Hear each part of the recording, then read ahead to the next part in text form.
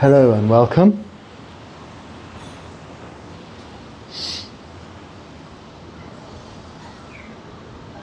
I'm sorry if the sound yesterday was too quiet. Entirely my fault. I forgot to turn on this external microphone. So that is how it is with just the phone.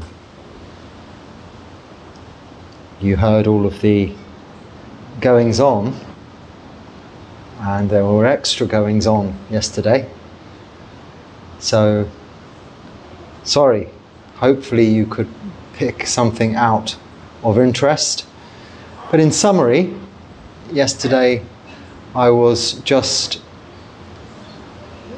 relating to Wesak being the main religious holiday and celebration of Buddhism, and comparatively how Buddhism as a religion, in that context, with all the ceremonies, celebrations and traditions surrounding these auspicious occasions, compares to other religions. Buddhism, of course, in itself is unique in that there is no God,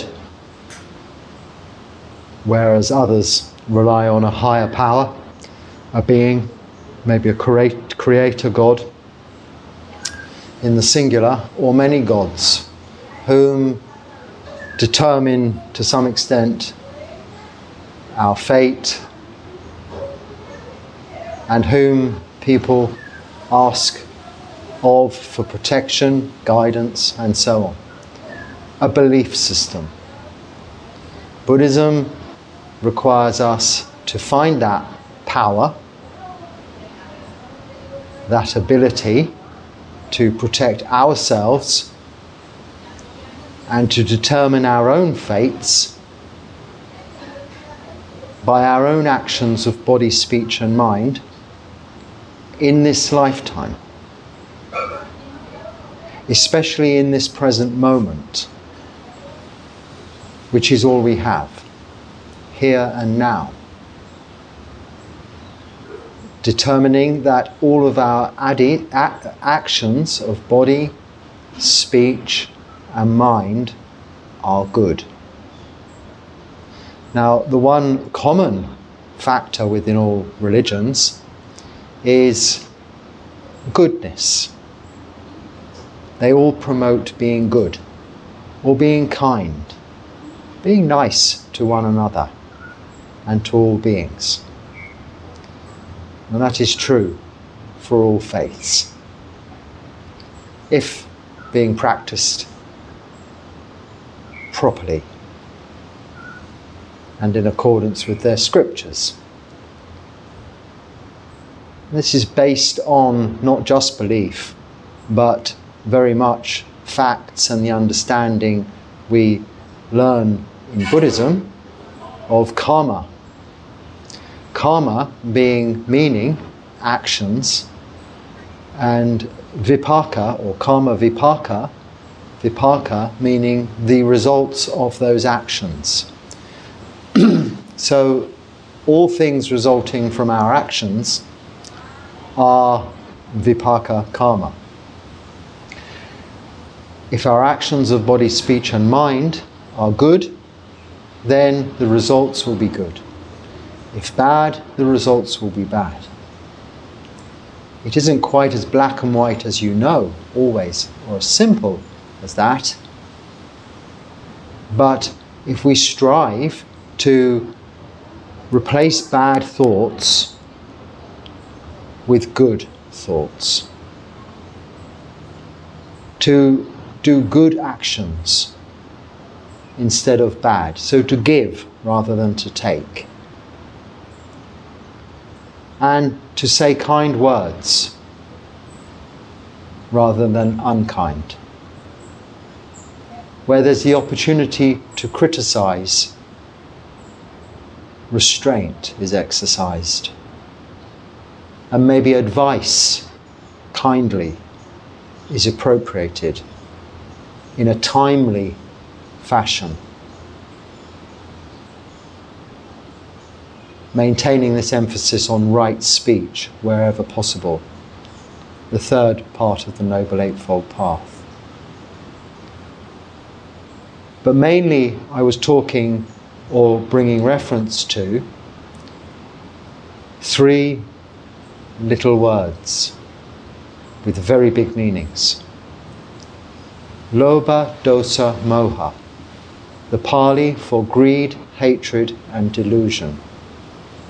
Or, in Pali, kilesas, in English, defilements, our badnesses, our faults. We're not born sinners, as is believed in some faiths, some religions, but we are born as a result of causes and conditions that are put in place for that birth. When one understands the nature of rebirth, past lives, and rebirth into future lives,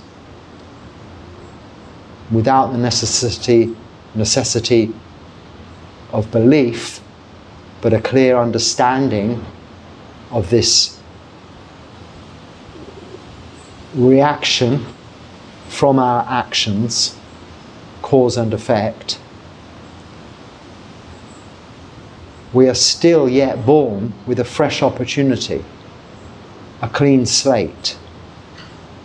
Maybe as a result of previous bad karma, there's some debt in the bank, some mopping up, cleaning up to be done. But regardless of that, we're born as pure beings. But throughout our upbringing, the causes and conditions surrounding us, of course we are affected. Now, if we are naturally inclined towards kindness and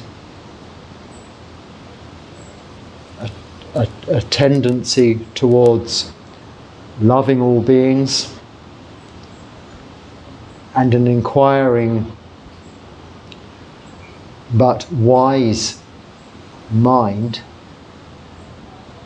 then we will have a degree of discernment naturally to be able to avoid the problems that come when growing up, when maturing, going into adult life, through life, and keep ourselves on the right path. But when we have a tendency towards these natural defilements of greed, hatred, and delusion, we may gravitate towards the shortcuts, the easy fixes, the hedonistic pleasures in life. We may be more inclined towards craving and trying to satisfy insatiable desires than to generosity, for example. We may be inclined more towards jealousy than what we call mudita, which is joy for others, success. And we may just go through life ignorantly of what's going on around us, selfishly believing that we are what is important. With wisdom and through this practice, however, this simple practice of sila, samadhi, panya, moral virtue, meditation, and developing wisdom, we develop good thoughts, using good thoughts to replace bad thoughts. wholesome mind states replacing unwholesome mind states. The more we practice this in line with the Noble Eightfold Path as the Buddha taught us, the more we recognize, the more we see the benefits of that practice.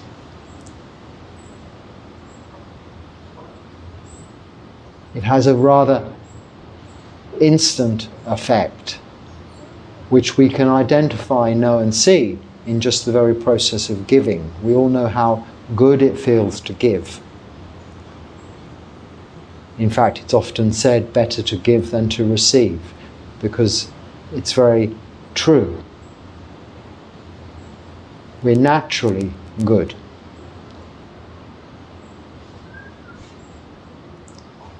And all religions recognize this.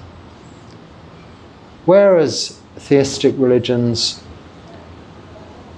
where they have God, something not so tangible, but something to look up to respect, to love. Where they have that, Buddhism has these qualities that we develop within ourselves. So inner realms of heaven, godly realms, the Brahma Viharas. And those qualities of loving kindness, compassion, joy for others, and equanimity are what I was talking about developing yesterday as our own internal heavens, our own internal gods, knowing that only we can determine the outcome of the next moment through our acts of body, speech and mind, here and now, in the present moment.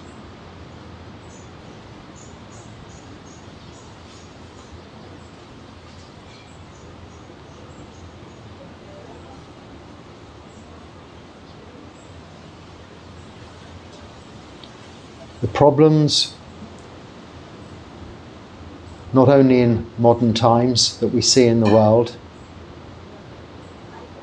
wars, suffering all over, are nothing new.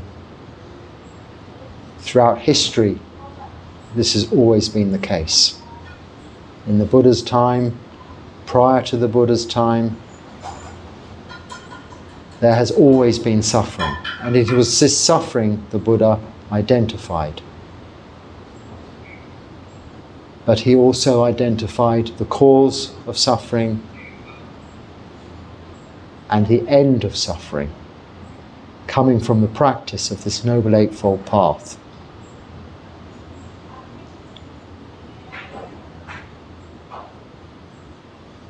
Unfortunately, we'll see within all religions that defilement of greed also has its influence. Organizations, establishments, whether they're businesses, whether they're charities, whether they're religions, countries or states, political parties, are organized, are run, their main ingredient, their constituent part is human. And with all human beings being affected by greed, hatred and delusion, similarly those surrounding organizations that result in their actions will also be affected by those defilements. And greed is perhaps one of the most damaging in the first instance, because it is so well disguised in trying to do good. People trying to do better for their organization, making more profits, trying to do better for their country, to make it more successful and comfortable for people to live in. taking shortcuts, cheating,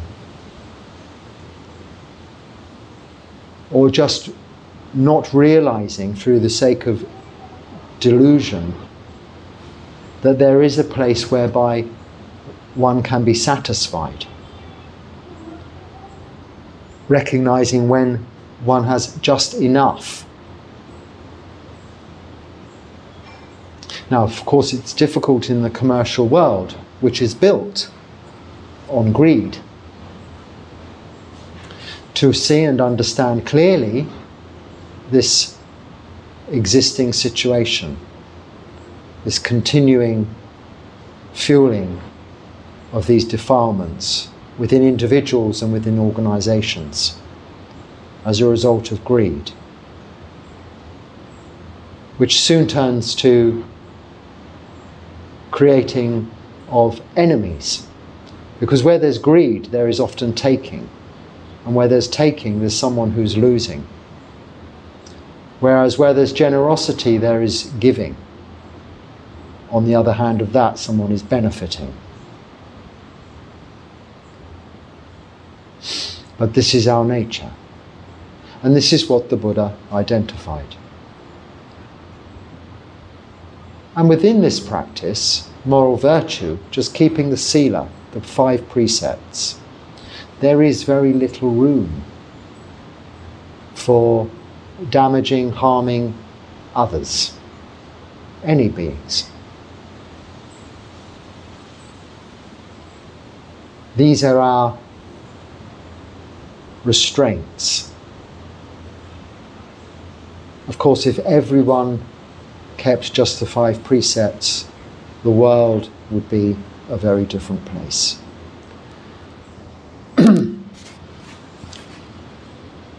Even the first of those, no killing, the world would be a very different place.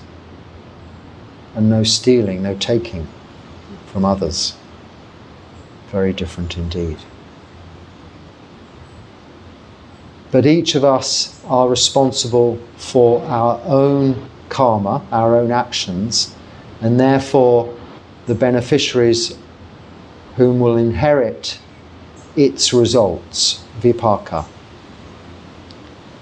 So we are responsible for all of our actions of body, speech and mind, here and now in this present moment, and it is us that will be ultimately affected by those actions.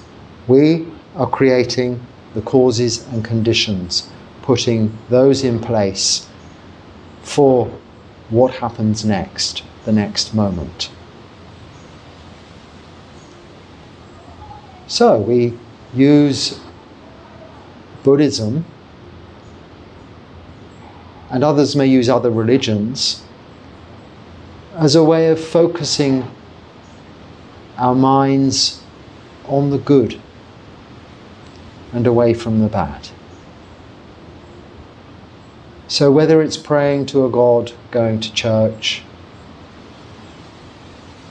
whether it's practicing meditation, visiting temples, offering pujas in ceremonial forms, chanting reflections or protective chants or blessings, whatever form these actions take, they are still based on generosity, kindness, truthfulness, the desire to keep precepts, to live a morally virtuous life, to be kind to one another, and with the understanding that we will reap what we sow, that by our good actions, good things will happen.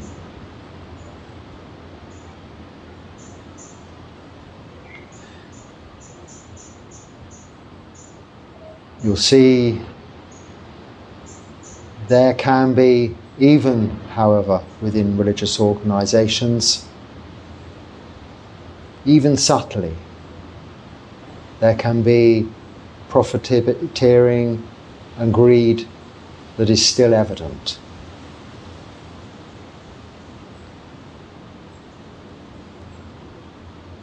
It sneaks in from all directions. And that is just greed, lobha. Then there's dosa, hatred, and moha, delusion.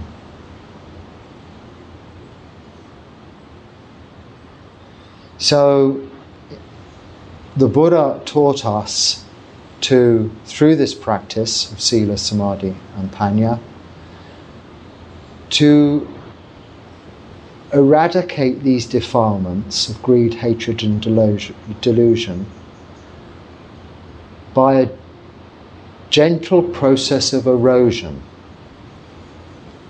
So through continual practice, through keeping precepts, through meditation, not only are we developing the wisdom and understanding of the characteristics of existence, how everything's impermanent, unsatisfactory and out of our control, but we are slowly eroding our nature of greediness, our nature of hatred, and the wisdom is replacing that ignorance, that defilement of ignorance, moha.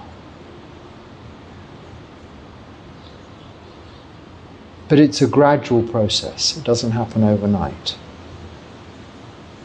We cannot also change the world. Even if we were to change the world overnight, there's continual generations being reborn whom will overtake, bringing with them again their own set of defilements into the arena that will grow and develop within societies, within organizations. But what we can do is see for ourselves the truth and become enlightened for ourselves. And that's always where it begins. The kindness must start at home, but in here. If we're kind to ourselves, we take a little time, often as we can throughout our day, to just stop. Stop for a moment and consider, what am I doing? Why am I doing it? Who am I doing it for?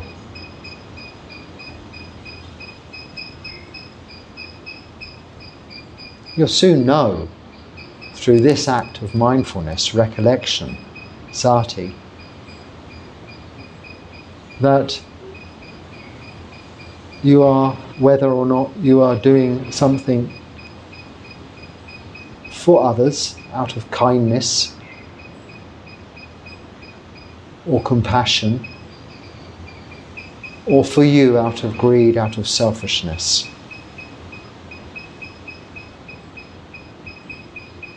But it isn't a slap on the hand or something like this. It is actually more a pat on the back of encouragement. Because more often than not, we are trying to help others.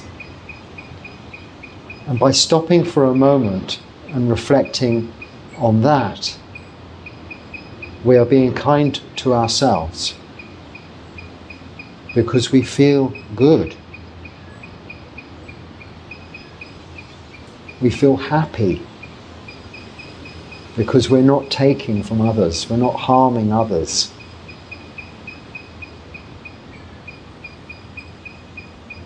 We're speaking truthfully and kindly to everybody. Just these core principles actually result in happiness and develop those qualities over time within us. So I think it's fair to say that in all religions there are some very, very good people. Now, of course, every organisation has some not so good examples, but on the whole, people practicing in accordance with the teachings of their respective religions are generally trying to help, be kind and be good.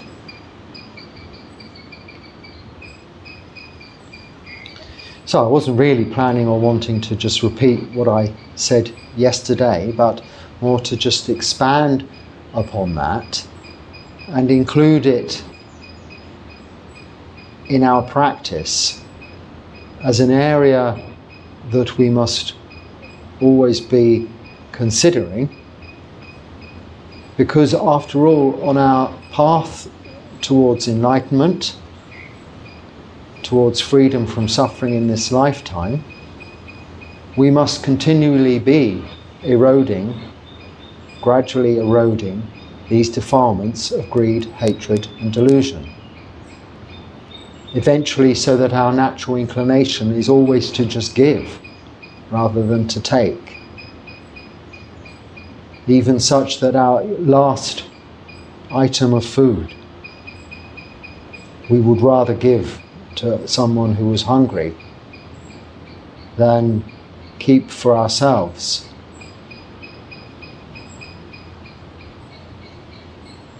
Or share with someone who's hungry than keep wholly for ourselves.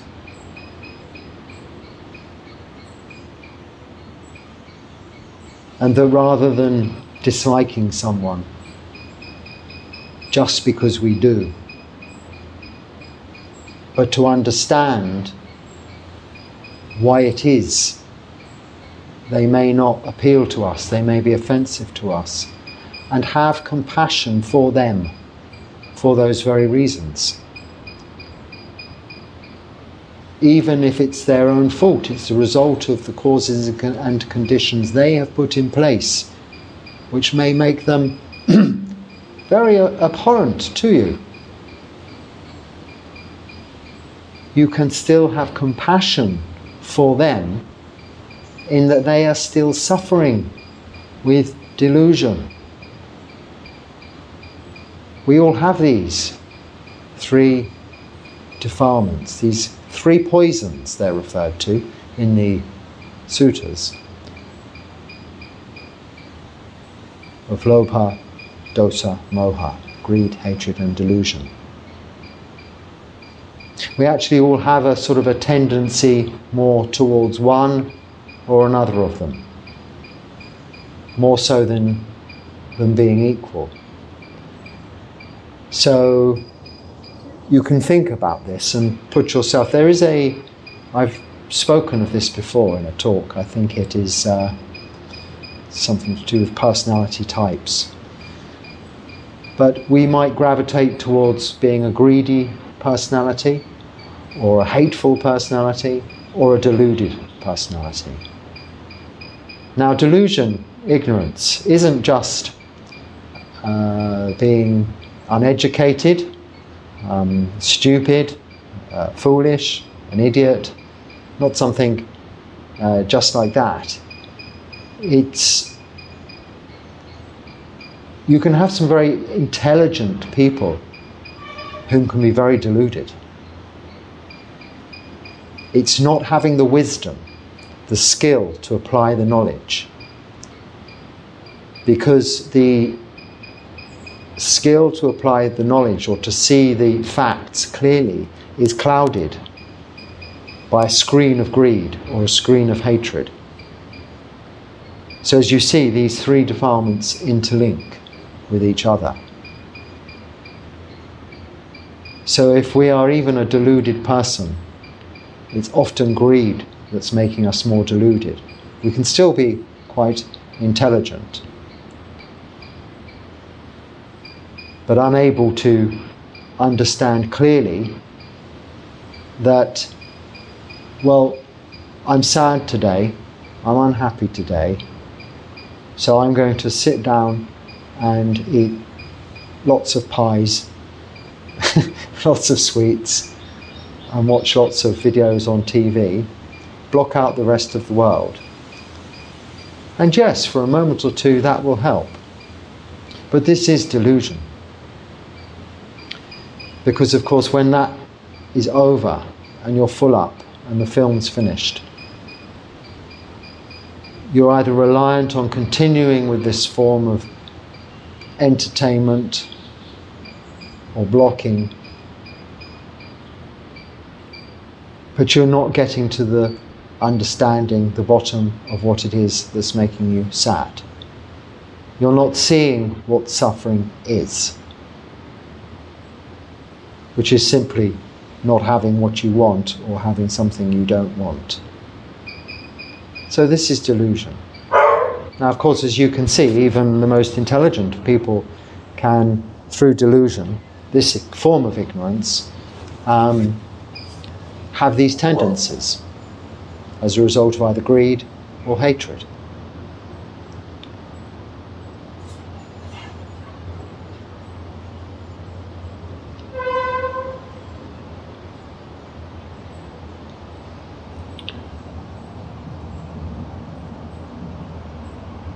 So let's see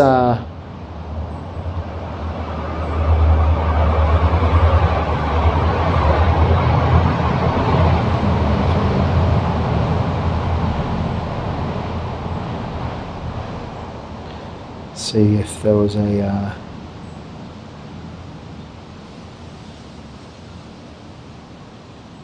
was just seeing how I'm doing with the questions and comments that you've been sending in, and I'm a little behind what with this week, out of confusion, delusion,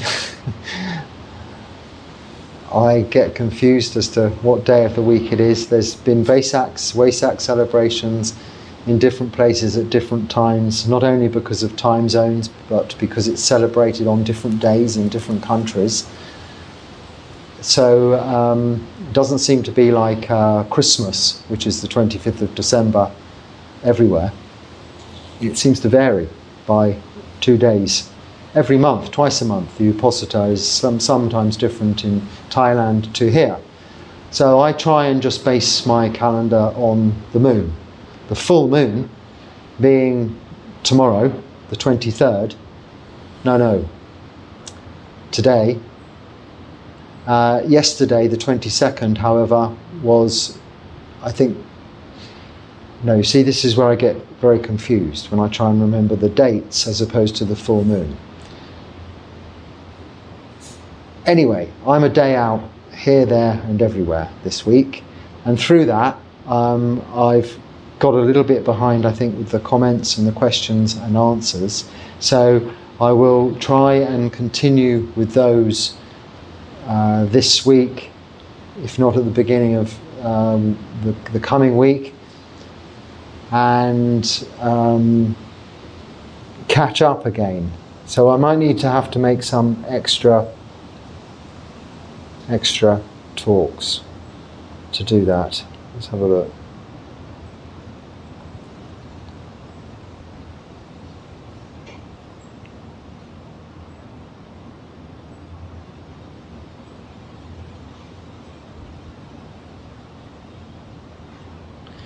Yes, so I was just looking at one comment there. Someone did remark that on the questions and answers videos, if they could be itemized into questions. Well, actually YouTube do that kind of thing automatically eventually. So if you go through the questions and answers playlist on this channel, if you look at the older questions and answers talks, they will be noted like that. There was also someone doing it in the comments, kindly going through them all, picking the questions out and putting the timestamps. Now, I don't do that myself. They're asking if I could do that myself, because I do no prior preparation or planning for these talks, and no post-editing or anything other than pushing send. It's kept as simple as it possibly can, because then it doesn't interfere with my practice.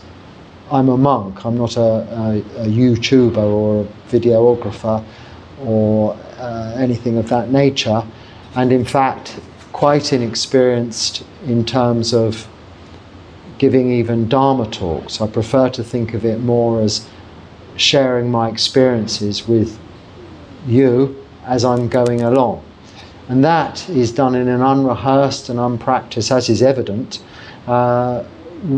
way.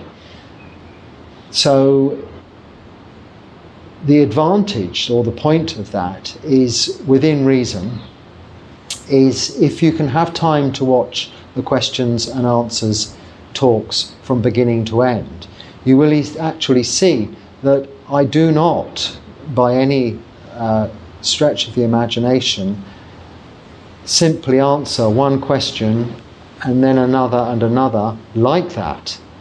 So what happens is I'll pick up a question, it leads into another and another, and the questions naturally, as they come as a result of previous videos, flow in an order that they are all related.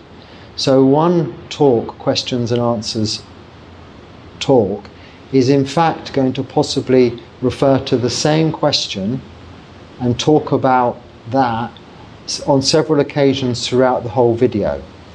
So although it might be nice for you to just find the exact question and hear the exact answer, that's what Google's for. Google the question, you'll get an answer.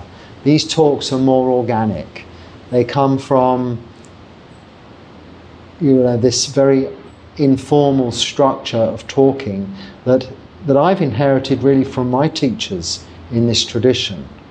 We don't write down speeches, we don't give lectures, we don't read from books. That goes on also as something aside.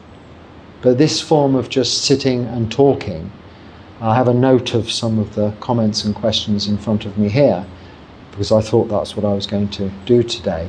But as you see, I've spoken of other things and they just continue like that, naturally.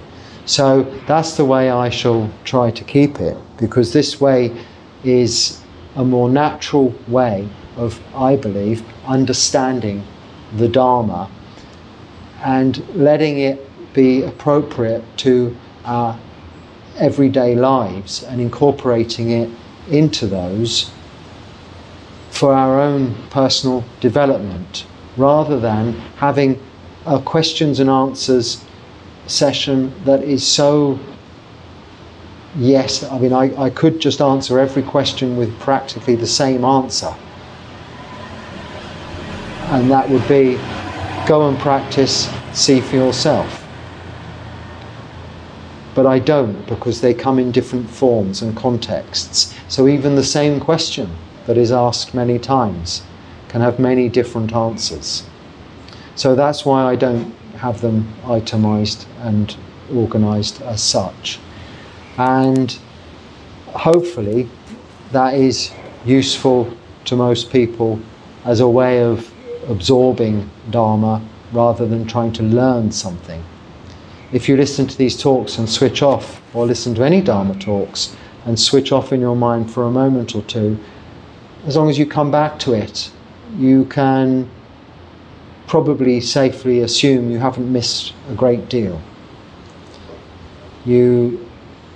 Someone I think quite rightly identified that I spoke for quite a long time, or speak for quite a long time, and say very little sometimes, other than practice Sila Samadhi Panya.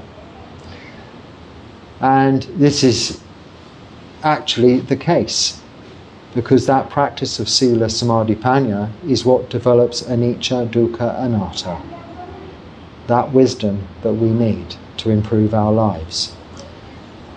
And this is the whole point, for us to become happy, contentment in very little. In lay life, you have so many things to distract you from what is really going on in your life. So you have emotions arising, you have physical feelings arising. You can go to the fridge, you can put something on the television, you can have some entertainment on the smartphone or whatever to distract yourself from it. In monastic life, we have much less opportunity for such distractions and are able to focus on all of these difficulties as they arise, see them for what they are, and also identify and establish the insignificance of them. And this is where we begin to erode the disliking of those things. So at the moment in this particular, my monastic life, you can say that perhaps the main cause of suffering would be coming from the rainy season here starts very much earlier. So you can't really ever get dry. Now when the sun does come out, if it does, hopefully, if it does, for a short while you can then get out in the sun, you can maybe dry some robes properly, but they always have a bit of a dampness about them, as does your skin. I mean, my feet, I go on Pindapata every day, as you know, with bare feet. My feet are always wet. And even coming in here, there's just concrete floors. I try to keep my feet as dry as possible, but you know, it even gets quite wet in here. And I can sit and I can think, oh, I dislike this, I don't like this. And this is where that desire for something to be another way or not to be as it is starts to cause suffering. Or I can see the reality of it. And that is that only a few days ago or a few weeks ago, it was too hot, too dry. And no doubt within a few months' time, it will be the same. It'll be the ideal season. It won't be too hot, but it'll be dry, and it'll be that again. As I've seen in this monastic life over subsequent years now, as the monsoon seasons come and they go, each year my feet get more and more rotten and more painful to walk on Vindapart. But before you can even think about it, really, it's over, past, anicca. All of it's impermanent. So we put in those simple problems in monastic life into a crucible, into focus, but they are no different from your complex problems. The complexity of human nature, of human life, of samsara, which is very much of our own making, because we have this tendency towards complication. We don't want things to be simple. We always try to make things naturally more complicated because we think that is better. So what you can do, what we can do, what monks do, is we renounce household life. We give up our wardrobes, our hairstyles, we shave our heads, we get these simple robes, and we live in a simple dwelling like this, which is with its own problems, very much so. But in household life, we try and acquire. It's our nature to acquire things, to get more, to make life better. Comfier sofas, thicker carpet, better central heating, better double glazing, triple glazing, or more efficient air conditioning, cooler fans, I don't know. Everything better and better and better. Bringing along with it all kinds of additional suffering. Breakages, things not working efficiently, not working properly, going wrong. The expense of all of this acquisition, the need to work, to have the funding, the money to acquire. This is all again coming from this place of greed in order to satisfy that problem we have of hatred. Not liking something, so out of greed we get more and more fridges, more and more air conditioning units, more and more fans, drink more and more cold drinks. Now none of them are actually working. If we just stop and sit and stop running around, then our body, with its own natural thermostat, will just level out our bodily temperature and sort things out for us. So we can do this as monks. We sit through the heat and we're sweating, but probably whatever our natural body temperature is supposed to be is maintained by that action. And now, although it's very warm, technically according to the temperature, it feels cold because you're always damp. So it's more like the temperature of water as opposed to the temperature of air that you're feeling or experiencing. And with slightly damp cloth on you all of the time, you feel a bit cold. But you still just sit. And somehow, by relaxing, meditation, and just watching the breath, and not running around trying to change things, your body acclimatizes. But throughout all of this, that temperature is pretty well maintained. I mean, this is the miracle. This is the miracle. Someone asked about miracles. Human life, all beings, all life, is a miracle in itself. How that works, isn't it? Biologically, a wonderful thing. Sadhu, sadhu, sadhu. So we can appreciate these little things. And amidst your complicated lives of white goods and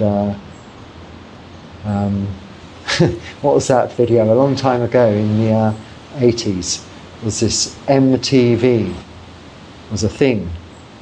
Music television. I mean, it's commonplace now, but it was quite new in my that was my era, really. There was a song by a group some of you may know called Dire Straits, which epitomized and summed up that very problem of acquisition as opposed to renunciation. So renunciation isn't a pious sackcloth and ashes ascetic practice. It's a very realistic practice of getting rid of what we don't need and using well what we have and realizing what it is we need rather than what we want. That actually brings about with it, in turn, contentment and happiness. So I should, on that note, as I've rambled on a lot today, but at least you can hear me rambling on today as opposed to yesterday, where I'm sorry you probably couldn't hear me very well, especially over and above the external sounds that were going on. Hopefully there's something there that's useful. If not, just let it go. And thank you for watching. Be happy and stay well. Until next time, Sukhi Hotu.